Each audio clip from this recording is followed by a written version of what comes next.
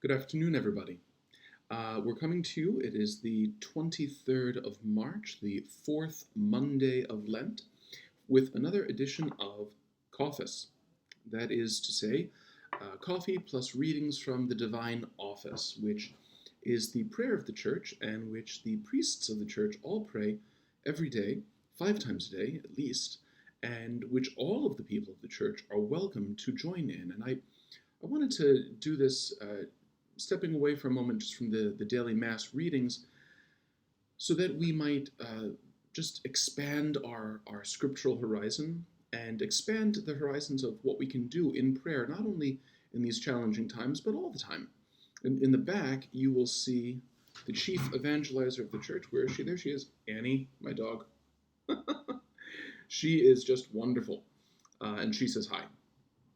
So, what are we to meditate on today? Well, I want to just pick 3 verses from the Office of Readings today, from morning prayer.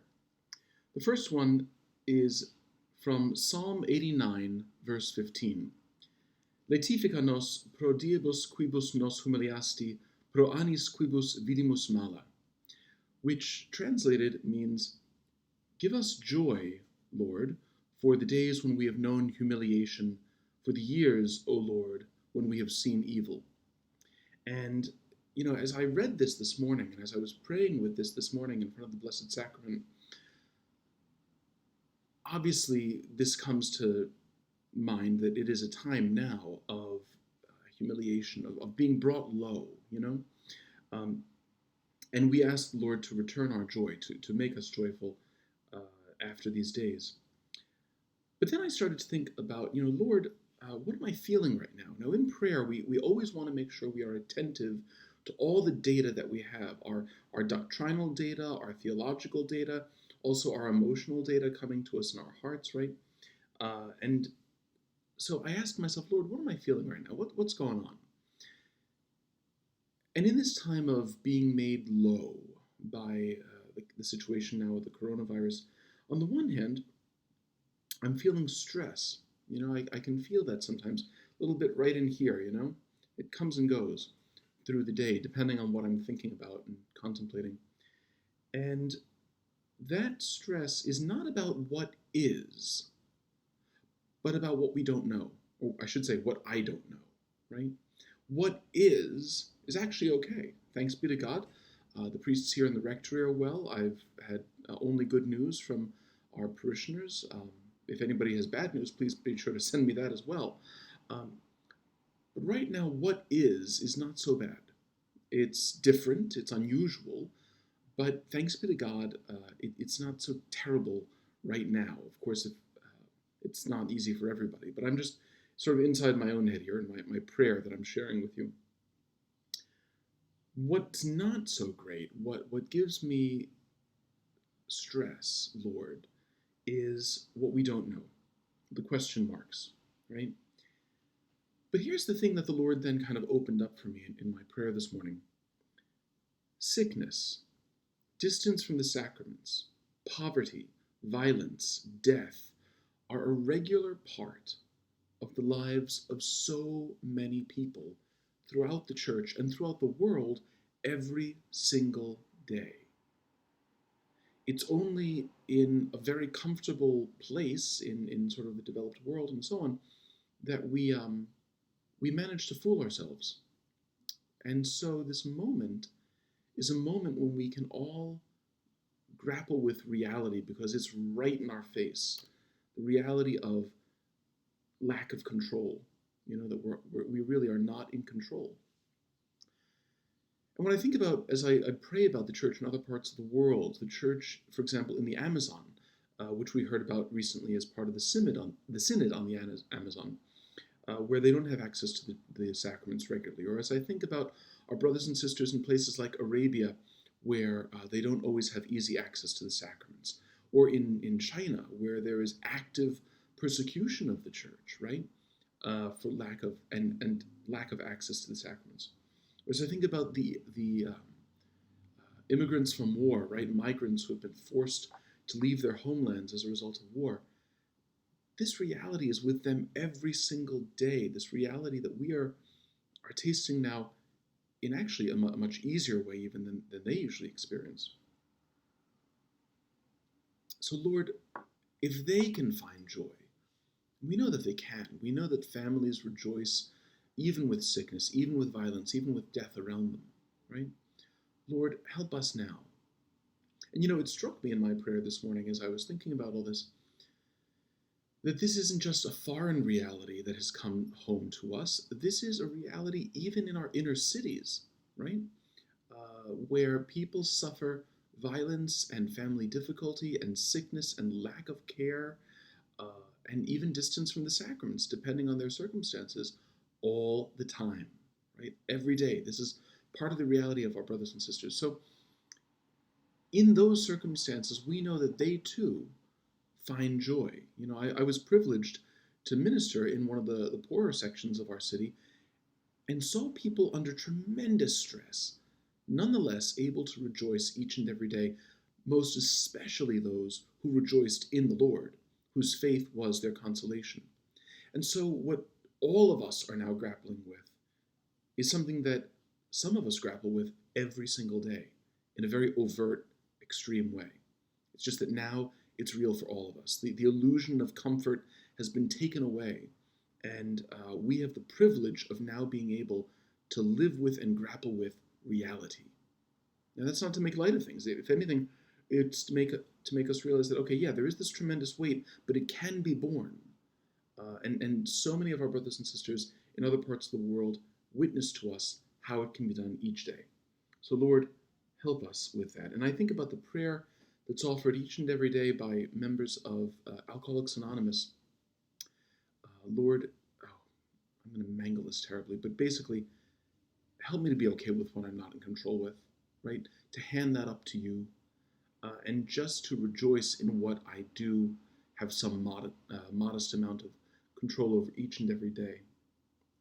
Second verse from today's morning prayer is Cantate Domino Canticum Novum.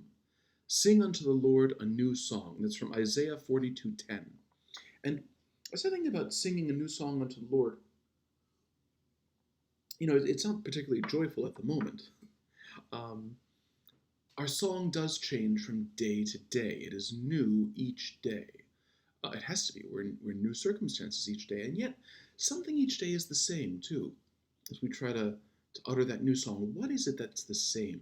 Well, at the deepest level of our prayer experience, it is that we are asked to wait upon the word of the Lord, and we sing a song of longing. Lord, what is your will? Lord, how are you loving me today? Lord, what are you calling me to do today? And that part never changes, and there is so much comfort in that. Because as he rewards us and as he helps us and supports us in times of great joy, when we have the privilege of doing something for him that makes us joyful and happy and so on, even now in these difficult times, the issue is the same. Lord, I wait upon your word. What is it that you would have me do? And I find in my personal prayer, waiting upon the word of the Lord, just being there in my mind's eye and in the eye of my heart, in the inner room, staring at him, saying, what do you want me to do? Even when it seems that he's silent, I rejoice in the fact, I find comfort and certainty in the fact that he is the one who's in the room with me. Even if he's not saying anything, I get to be in a room with God, which is awesome, right? And that becomes the floor under my feet as I pray, whether in good times or in these more difficult and challenging times. Cantate Domino Canticum Novum. Let us sing a new song to the Lord. New because it's today instead of yesterday, and it'll be new again tomorrow, but always the same in that we're asking, Lord, what do you ask of me today? Lord, how are you loving me today? I know that you are, but how? Help me to find that. Help me to wait upon your word.